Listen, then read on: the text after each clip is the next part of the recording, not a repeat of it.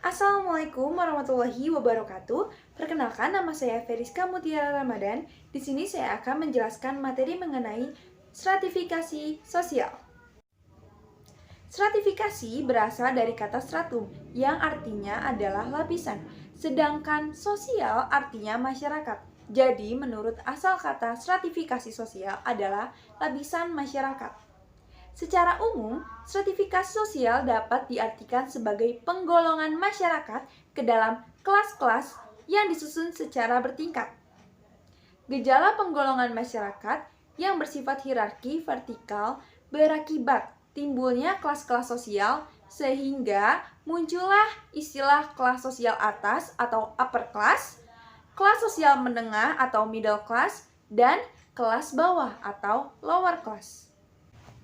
Proses terjadinya stratifikasi sosial dalam masyarakat dapat dibedakan atas beberapa kriteria sebagai berikut. Yang pertama, stratifikasi yang terbentuk dengan sendirinya. Biasanya diakibatkan karena kepandaian, tingkat umur atau senioritas, sifat keaslian keanggotaan, dan kepemilikan harta yang diwariskan. Yang kedua, stratifikasi yang sengaja disusun. Biasanya berkaitan dengan pembagian kekuasaan dan wewenang resmi dalam organisasi formal. Sebagai contoh, seorang wakil ketua OSIS untuk membuat pelaksanaan tugas ketua, seorang sekretaris dan bendahara guna mengurusi administrasi, organisasi, dan beberapa ketua bidang untuk melaksanakan fungsi-fungsi spesifik dalam organisasi. Syarbani menyatakan bahwa terdapat 3 aspek yang merupakan karakteristik stratifikasi sosial. Adapun ketiga aspek tersebut adalah sebagai berikut. Yang pertama, adanya perbedaan dalam kemampuan. Anggota masyarakat yang menduduki lapisan lebih tinggi tentunya memiliki kemampuan yang lebih besar dibanding anggota masyarakat pada lapisan di bawahnya. Yang kedua, adanya perbedaan gaya hidup. Anggota masyarakat yang menduduki lapisan lebih tinggi biasanya mengembangkan gaya hidup sebagai pembeda dengan lapisan di bawahnya. Yang ketiga, adanya perbedaan hak dan akses dalam memanfaatkan sumber daya. Seseorang yang menduduki lapisan yang lebih tinggi biasanya akan memiliki hak dan akses yang lebih luas terhadap berbagai fasilitas atau sumber daya dibanding lapisan di bawahnya. Saya, Nabila Syara Putri, di sini akan menjelaskan mengenai dasar-dasar stratifikasi sosial. Dasar-dasar di sini tuh maksudnya adalah hal-hal yang mendasari penggolongan suatu masyarakat ke dalam lapisan sosial tertentu.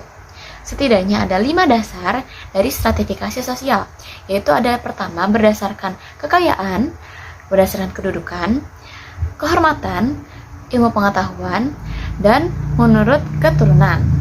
Yang pertama berdasarkan kekayaan. Kalau kita membicarakan soal kekayaan, pasti kita tuh nggak terlepas membicarakan soal kondisi ekonomi kan. Nah, menurut Max Weber, kekayaan ini tuh sangat penting untuk menempatkan diri dalam lapisan sosial. Mereka yang memiliki barang atau properti yang banyak dan punya nilai atau value yang tinggi, itu menempati posisi atau lapisan tertinggi dalam stratifikasi sosial atau punya strata yang paling tinggi gitu dalam lapisan masyarakat. Untuk mengetahui tolok ukur dari kekayaan ini, kita dapat melihat dari barang-barang yang digunakannya gitu, dari barang-barang primer, sekunder, dan tersier. Kita bisa melihat dari tipe rumah, jenis makanan yang dia konsumsi seperti apa, style berpakaian gitu, dan kebutuhan tersier yang dia pakai sebagai penegas status kekayaannya tuh seperti apa. Nah, kita bisa lihat itu dari situ. Dalam piramida stratifikasi sosial, menurut kekayaan itu yang paling atas diisi oleh high class atau kelas atas, yang di tengah itu diisi oleh middle class, dan yang paling bawah itu diisi oleh lower class. Adapun dasar yang kedua itu diisi oleh kedudukan. Orang yang memiliki kedudukan tentunya mereka punya wewenang terhadap suatu hal, yang mana artinya mereka berhak mengatur hal tersebut sesuai dengan kehendaknya gitu. Jadi orang yang mengatur tuh sudah pasti stratanya atau tingkatannya tuh lebih tinggi daripada orang yang dia atur gitu.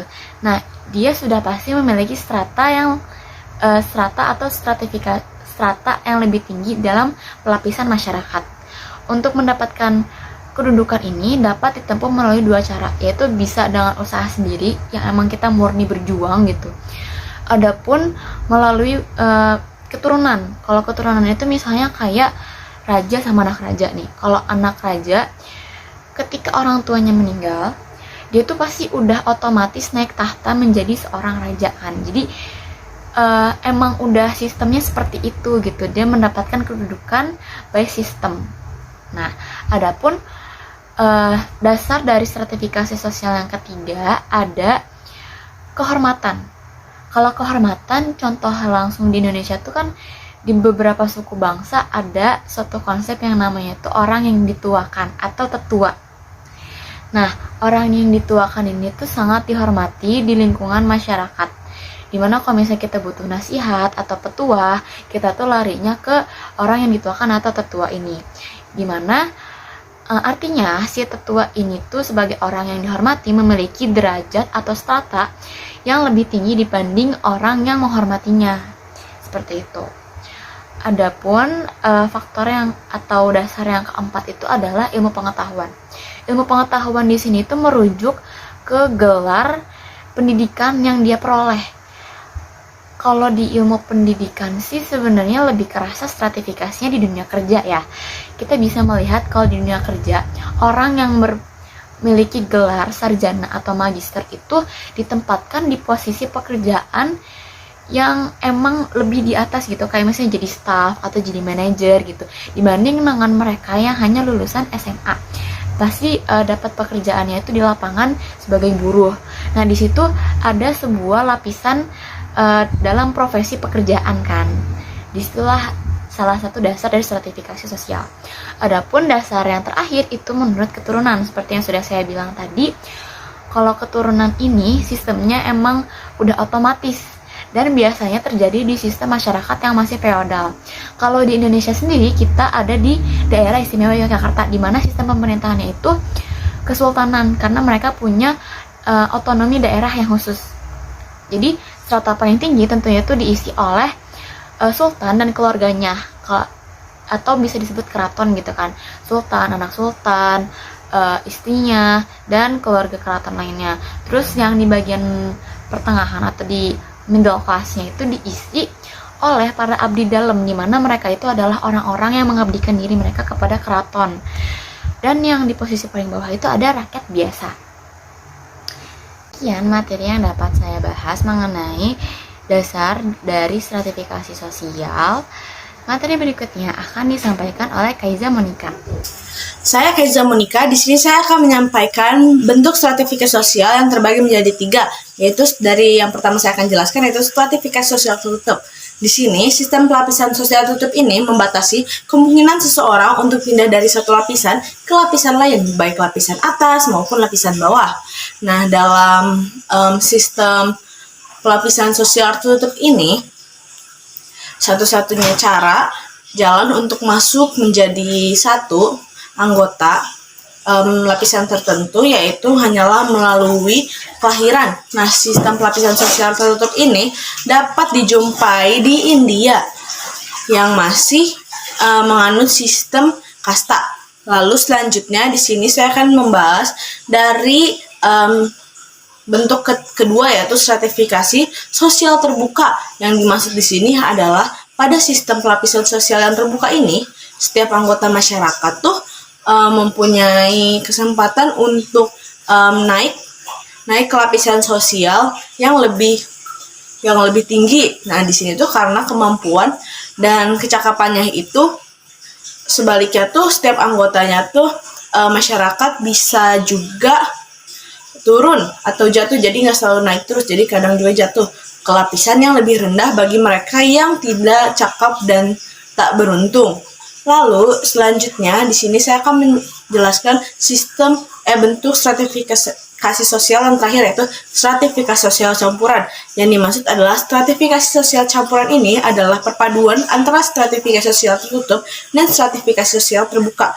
Untuk berpindah lapisan sosial, individu harus pindah ke daerah yang pelapisannya ini tuh sosialnya tuh bersifat terbuka Nah, sebagai contohnya tuh kayak bila seorang anggota kasta sudra tetap bertahan di masyarakat yang menganut sistem kasta, maka ia tidak akan bisa memperoleh kedudukannya tuh yang terhormat.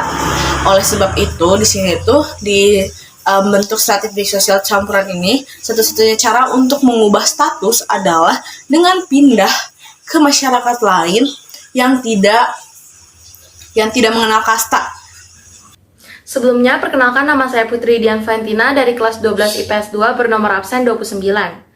Di sini saya akan melanjutkan materi mengenai stratifikasi sosial dari Kaiza Monika, yaitu mengenai unsur-unsur stratifikasi sosial. Unsur-unsur stratifikasi sosial. Dalam kajian sosiologi, unsur-unsur yang terdapat dalam stratifikasi sosial adalah sebagai berikut. Yang pertama, ada kedudukan atau status. Menurut Roszak dan Warren, kedudukan adalah tempat atau posisi seseorang dalam suatu kelompok sosial yang apabila dikaitkan dengan stratifikasi sosial, maka kedudukan dapat dimaknai sebagai tempat seseorang secara umum dalam lapisan masyarakat sehubungan dengan keberadaan orang lain, yang meliputi lingkungan pergaulan, harga diri, hak, dan kewajiban. Pada prinsipnya, setiap individu dalam pergaulan hidupnya memiliki beberapa status sosial pokok, yaitu yang pertama ada status dalam lingkungan kerja atau pekerjaan seseorang. Yang kedua, ada status dalam sistem kekerabatan. Lalu yang ketiga, ada status religius dan status politik. Narwoko mengatakan bahwa status menurut cara memperolehnya terbagi atas 3 macam, yaitu yang pertama ada ascribed status. Status ini diartikan sebagai kedudukan seseorang dalam masyarakat yang diberikan tanpa memandang kemampuan atau perbedaan antar individu. Kedudukan tersebut diperoleh secara turun-temurun melalui kelahiran. Contohnya adalah status sebagai keturunan bangsawan. Lalu yang kedua ada achieved status. Achieved status adalah kedudukan yang dicapai seseorang dalam usaha-usaha yang disengaja dilakukan, bukan diperoleh melalui kelahiran. Kedudukan ini bersifat terbuka bagi siapa saja, tergantung kemampuan dari diri masing-masing individu dalam mengejar dan mencapai tujuannya. Contohnya adalah seorang dokter spesialis, pilot, dan akuntan. Lalu yang ketiga ada assigned status. Assigned status adalah status yang diperoleh melalui penghargaan atau pemberian dari pihak lain atau jasa tertentu. Contohnya adalah para pahlawan dan peraih Nobel. Lalu yang kedua ada peran atau role. Peran atau role ini merupakan aspek yang dinamis dari kedudukan atau status, yang apabila seseorang telah menjalankan hak dan kewajiban sesuai dengan kedudukannya, maka ia telah melaksanakan suatu peran. Suatu status pasti memiliki sejumlah peran yang melekat padanya, sedangkan peran tidak mungkin ada tanpa adanya status. Jadi, dapat disimpulkan bahwa status dan peran tidak dapat dipisahkan satu sama lain. Dalam kehidupan, masyarakat modern yang memiliki struktur dan sistem pembagian kerja yang sangat kompleks, menuntut suatu individu untuk menjalankan beragam peran. Kondisi tersebut dapat membawa akibat sebagai yang pertama ada konflik peran. Konflik peran akan terjadi apabila seseorang dengan kedudukan tertentu harus melaksanakan peran yang sesungguhnya tidak diharapkan. Contohnya adalah seorang ketua OSIS yang harus memberhentikan salah satu pengurusnya karena melalaikan tugas dan kewajiban. Padahal pengurus tersebut adalah sahabat baiknya. Yang kedua, ada ketegangan peran. Ketegangan peran akan terjadi apabila seseorang mengalami kesulitan melakukan peran karena adanya ketidaksesuaian antara kewajiban-kewajiban yang harus diembannya dengan tujuan peran itu sendiri. Contohnya adalah seorang kepala desa yang dipilih langsung oleh warga demi mengupayakan peningkatan kesejahteraan yang terpaksa harus memungut retribusi dari warga desanya sesuai peraturan dari kabupaten. Padahal, ia tahu sebagian besar warganya adalah petani miskin yang sulit memenuhi kebutuhannya hidup sehari-hari. Lalu yang ketiga ada kegagalan peran. Kegagalan peran akan terjadi apabila seseorang tidak sanggup menjalankan beberapa peran sekaligus, karena terdapat tuntutan-tuntutan yang saling bertentangan. Contohnya adalah seorang remaja yang memiliki minat di bidang komputer dan desain, dituntut orang tuanya agar masuk ke fakultas kedokteran. Lalu yang terakhir, yang keempat, adalah kesenjangan peran. Kesenjangan peran terjadi jika seseorang harus menjalankan peran yang tidak sesuai minat ataupun prioritas hidupnya sehingga ia seringkali merasa tertekan. Contohnya adalah seorang sarjana teknik yang terpaksa harus menjadi guru karena tidak ada peluang kerja sesuai dengan ilmunya. Selanjutnya akan dilanjutkan oleh Neni Lestari. Saya Neni Lestari di sini akan menjelaskan fungsi stratifikasi sosial. Fungsi stratifikasi sosial secara lebih terperinci, fungsi stratifikasi sosial adalah sebagai berikut. Yang pertama yaitu distribusi hak-hak istimewa yang objektif seperti menentukan penghasilan, tingkat kekayaan, dan wewenang adanya pelapisan sosial memudahkan untuk mendistribusikan hak istimewa. Individu yang berada di lapisan atas pastinya berhak atas lebih banyak hak istimewa dibanding individu di lapisan bawah. Terus ada yang kedua, yaitu menentukan lambang-lambang atau simbol. Status atau kedudukan ada lambang-lambang tertentu yang sengaja digunakan petunjuk suatu kedudukan. Beda-beda seperti mobil mewah, jam tangan berlapis emas, kemeja sutra, ataupun hobi tertentu. Seperti menyelam gelas diperuntukkan sebagai lambang dari kelas atas.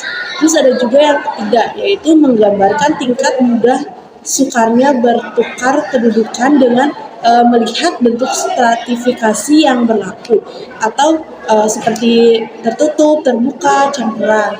Ada individu dapat memperoleh gambaran tentang kemungkinan untuk pindah lapisan suatu hal-hal yang harus dilakukan untuk meningkatkan kedudukan. Adapun yang keempat, yaitu sebagai alat penguat solidaritas sebagai di antara individu-individu atau kelompok yang menduduki lapisan sosial yang sama dalam masyarakat. Ini bisa terbentuk karena adanya perasaan senasib, sepenanggungan atau tujuan bersama.